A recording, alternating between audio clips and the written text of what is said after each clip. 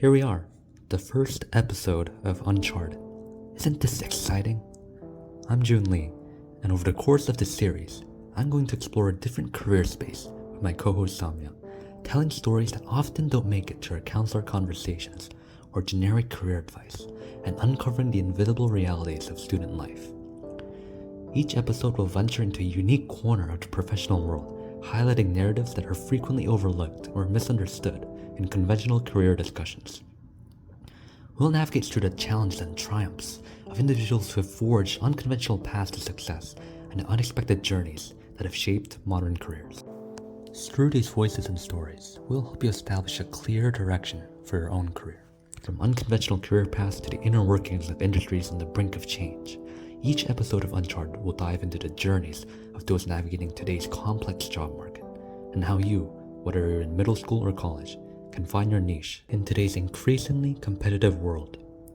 So whether you're heading to school or finding a quiet moment to yourself at home, join me as we uncover inspiring narratives and glean valuable insights that help us all navigate the uncharted waters of our professional futures.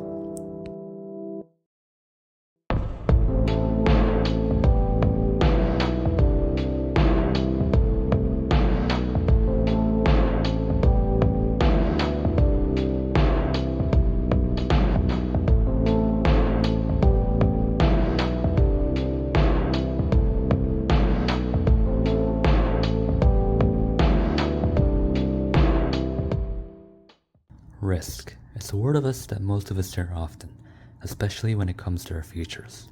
Our youths are navigating a landscape filled with uncertainties, and many of us feel lost, trying to explore different areas to find our niche. We're almost pressured to do so by parents, teachers, and the constant stress of college. And let's face it, college is expensive and can feel like a huge gamble. And I'll be real with you, it feels like everyone expects us to have it all figured out by the time we're 18. It's like being told to pick a lane on the highway before we've even learned to drive. Exactly. We're at a point where we're expected to make decisions about our future careers while still figuring out who we are, and this pressure can be overwhelming. With the current state of the economy, rising inflation, student loan debt, and even an uncertain job market, it's crucial to make the right choices early on. Speaking from my experience as a student, just because of the competition now, we need to basically plan our future from middle school or really early high school, just to choose the classes and align that with our future careers. To be honest, this might even lead to our generation becoming almost allergic to change. It will be so interesting to see how we handle major changes in the future. And since we're being forced to plan so much now, it's almost threatening to change it past 10th grade. And with the classes and clubs we choose, it's basically set for us. It determines our college major, line of work, and basically the next few decades of our lives. And I think this competition is carrying over to the job market. Nowadays, entry-level jobs require 3 years of experience. How are you supposed to get experience without getting a job? Some people say internships, but even those are as competitive as getting a job, especially in the tech field. About 60% of entry-level tech jobs require 3 or more years of experience. 60%! We, as high school students, have to worry about this, since the job market is highly competitive and dependent on economics. At the same time, adults looking to support their retirement and kids' education expenses worry about it too. On the flip side, some argue that the decisions we make as youth are not fixed. They believe that we should be exploring various fields so that we can eventually finalize our careers. We don't regret it or realize it's not our passion after all. That's part of what we want to address in this podcast, helping students like us navigate these uncertainties. So the goal of our podcast is to help establish a direction for your future career in an entertaining and informative way. We want to make navigating these risks a lot more manageable and fun. Speaking of risks and decisions, it was actually my father who experienced a lot of these pressures, especially from a young age. Born in South Korea and raised in New Jersey, he experienced the dichotomy of balancing familial expectations and personal aspirations. We explore his journey from managing a clothing store, pursuing law school against his true passion, venturing into finance, and navigating the ever-changing tides of the market.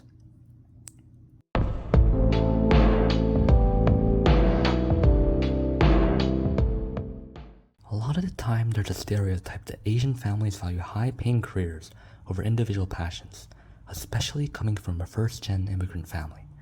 Did you feel that kind of pressure growing up? And how did it influence your career choices during your youth? There was that kind of pressure, but my parents in general were not really that pressure type. They never really told me that I have to be this or that. But at the time, career choices were a bit more limited than now. Most were going to be doctors, MBAs, or lawyers. So I guess since that's what I knew, not necessarily because of the parental pressure, but because that's what I knew, I chose law school because I don't want to be a doctor. Actually, though, my major was in economics. I did go to undergraduate business school. So that was my passion, but I guess I kind of did seek out the prestige of being a lawyer. That's why I did go to law school, which was a mistake because I ended up not liking law school or being a lawyer. Law school was a significant chapter in your life, but you mentioned having an inward dislike for it. Can you share more about that experience and what motivated you to consider a transition to finance? I mean, the law school itself, it was pretty difficult. I had to study a lot, but the content itself was not really that interesting and exciting to me. I studied hard since you needed to do well and pass the bar exam to get a decent position at a law firm. And once I started working, it was very disappointing to me because a lot of the initial work involved not much creativity, going through files of paperwork, highlighting certain words, times. Just redundant boxes and boxes of files. Because at the time, not as many things were as computerized. These days, I'm sure that those things are taken care of probably by AI. At that time, humans actually did that kind of work. And I thought, did I go to law school for this kind of thing? I mean, I'm sure as you climb the career ladder, you get to do more meaningful work, but I just didn't like it. So after maybe 6 months or so, there was an opportunity for me to become a trader at Wall Street hedge fund. So I applied and then I got hired. So decided to try it out and then I just fell in love with it. What made you realize that finance, particularly the world of equities and options, was where your true passion lay? Can you take us through the thought processes and emotions that drove your decision? When I was studying economics in college, I did enjoy studying that field about the world of economics, how the economy worked and how businesses thrive. But when I actually went and became a trader at a fund, it was just really exciting because I was able to kind of apply what I've learned and practice what I've learned. Although it was very different in reality, a lot of the theories that I learned in school were really not that applicable. Yeah, so once I started working, if you see some of those movies involving Wall Street, it was a lot of similarities. At the time, guys yelling on the trading floor and stuff like that. And if you did well, it was high financial reward as well because I was pretty young. I graduated at a young age. When I graduated law school, I think I was like 25 when I went into the firm. So once I started doing well, the financial rewards were very high. So yeah, it was just the work itself, excitement, the atmosphere, as well as the financial rewards that you can get, especially as a young man. The 2008 financial crisis brought immense challenges for many professionals. How did you personally navigate the hardships of this period? That period was really hard for me, actually. It was in the 90s when I started as a trader. So I did well for years, and then I was able to accumulate a good amount of wealth.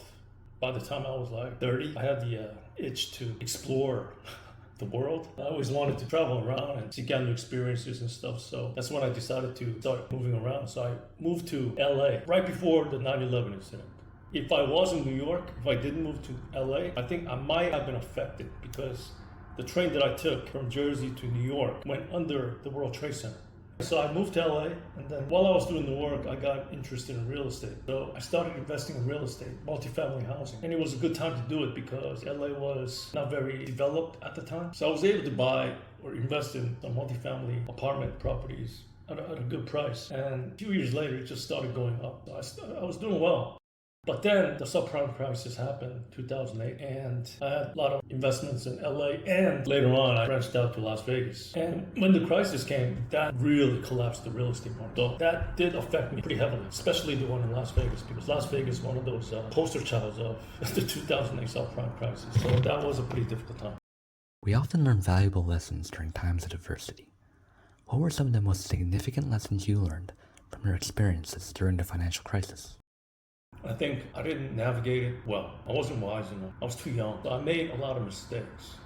I think what I learned is that you have to learn to stick it out. During those crisis moments, you have to learn to kind of be patient and stick it out until the things turn around. It may take a while, it may be difficult, but I think that is the most important thing you need to do. Because what I did was I sold everything, and it was not a good time to sell. Ultimately, it did go back up and even higher. It took years. It took a while, but later on it went really high. I mean, I sold some of my LA properties at a good profit, even then, because I bought cheap. Las Vegas, not so well.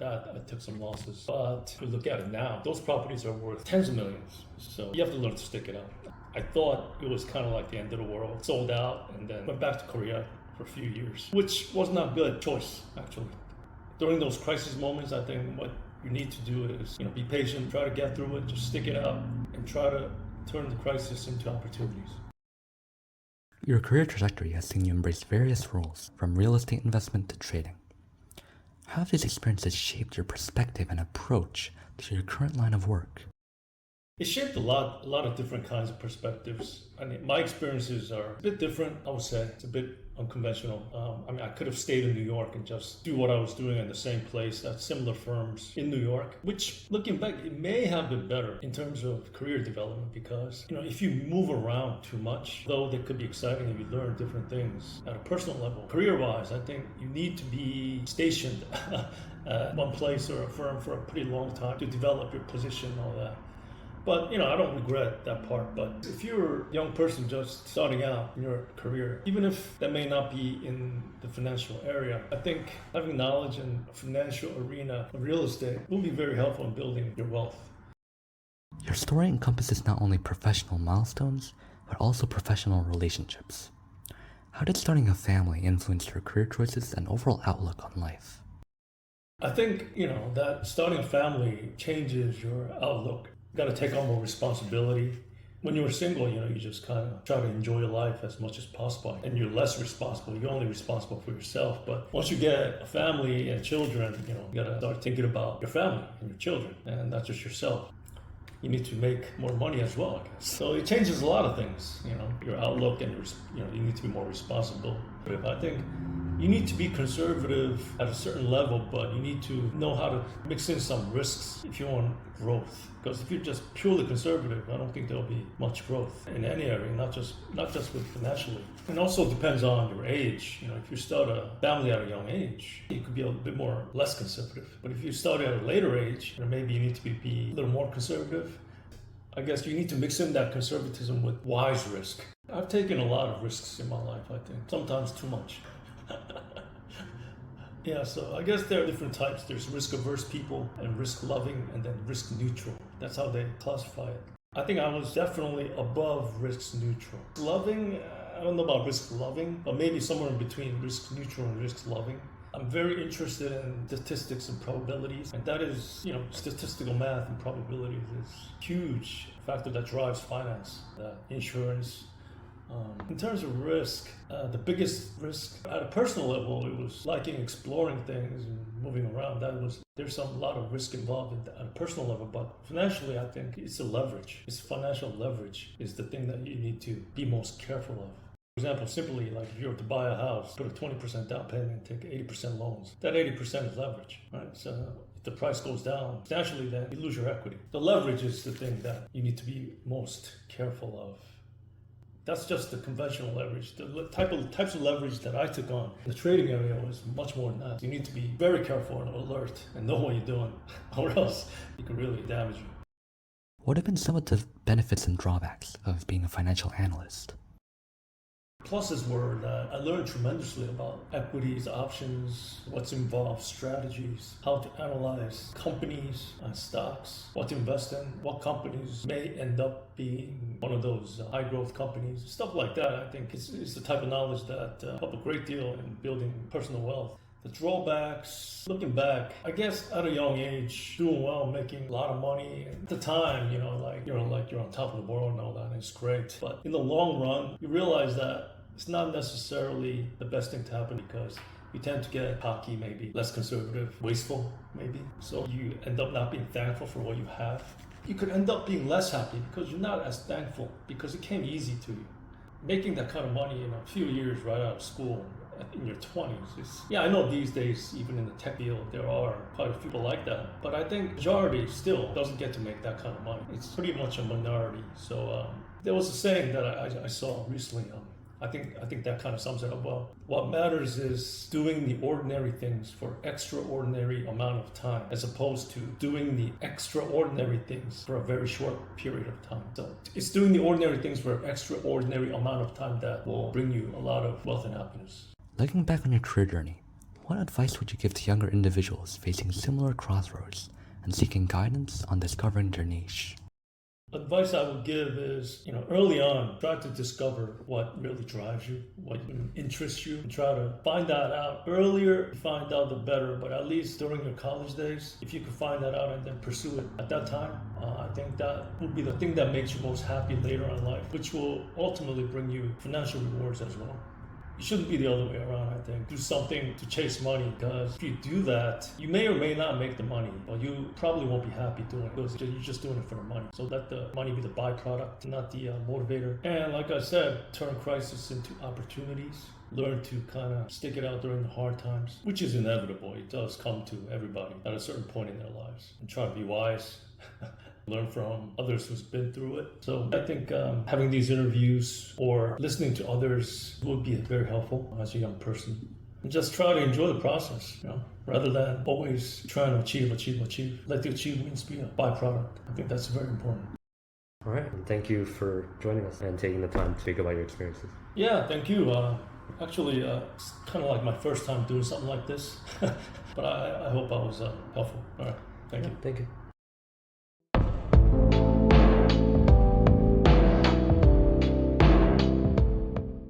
I think what we can all take away from this is that no matter what decisions you make in life, there are always other pathways that you can take that can lead you to a fulfilling career. It's like navigating your school from period to period. Oftentimes we tend to take the shortest path to our next class or period, the path of least resistance. But oftentimes we need to learn that taking a longer and more uncertain route, whether that be passing by your classes with your favorite teachers or walking with your friends, can be more rewarding and enjoyable. Looking ahead, I think the future of the economy holds both promise and uncertainty, especially for current students in high school or college, like me and my co-host. Rapid technological advancements, like those in centralized finance, DeFi, and AI, are reshaping industries and creating new job opportunities. However, this also means that the skills demanded by the job market are evolving quickly, and so is the competition. To navigate this future job market, it's crucial for us to focus not only on acquiring technical skills, but also on developing adaptability and resilience. Embrace lifelong learning and stay updated with industry trends. Seek out internships, apprenticeships, or hands-on experiences to gain practical skills and insights. Networking, shadow jobs, and building relationships with professionals in your field of interest. Conduct research on your field of interest, and it's okay if you're not able to find it at first, as that is basically the purpose of this podcast. As we've learned, this isn't a process that will take days or weeks, but typically years or even decades. I think that's a beautiful way of wrapping it up. I wanted to personally thank you for watching the first episode, and we hope it's become your new go-to soothing podcast to turn on before school or work, or inside on a rainy day. Make sure to join us for the next episode, where we dive into a different, more enigmatic side of finance and technology, and explore actionable ways you can start your career in finance early that I cannot wait to share with you. Make sure you subscribe to Uncharted on Spotify, YouTube, Apple Podcasts, or via your favorite podcast app, so you don't miss out on that or any of the fantastic episodes we've got lined up for you. And while you're there, please take the time to review and rate the podcast. We'd love to hear your feedback. See you when we dive into uncharted territory next week.